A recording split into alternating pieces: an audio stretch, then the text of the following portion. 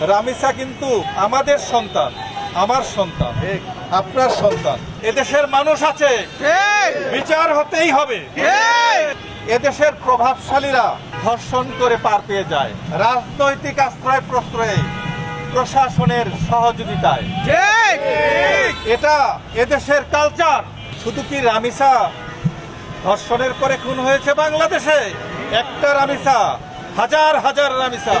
রামিসার যে ভিডিওটি আমি দেখেছি, যে চিত্র আমি দেখেছি, আমার প্রেশার কাল থেকে অনেক বেশি। আপনারা হয়তো লক্ষ্য করছেন আমার কণ্ঠ কাঁপছে, আমার হাত কাঁপছে। আমি আসলে এটা নিতে পারছি না। রামিসা কিন্তু আমাদের সন্তান, আমার সন্তান, আপনার সন্তান। আপনারা অনেকে শঙ্কার কথা বলেছেন। এখানে এই সংগঠনের আমার প্রিয় নেতা সুমন মাস্টার সাহেব, তিনিও শঙ্কার কথা বলেছেন। বিচার কিভাবে হবে সেটাও বলেছেন। আমি কিন্তু বিচার নিয়ে মোটেও শঙ্কিত নই।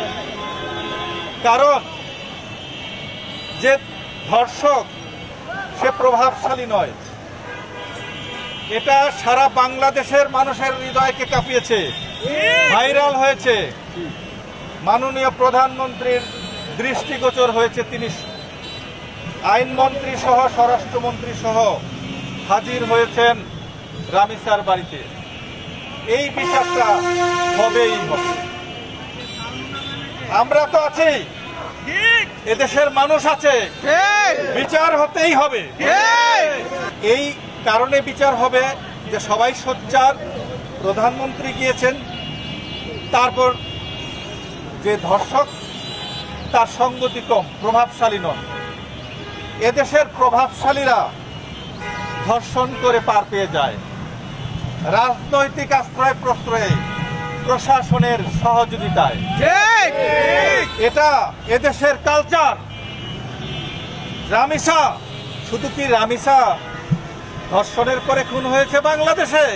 একটা রামিসা, হাজার হাজার রামিসা। এদেশে মাদ্রাসাতে বালক বলাৎকার হয়।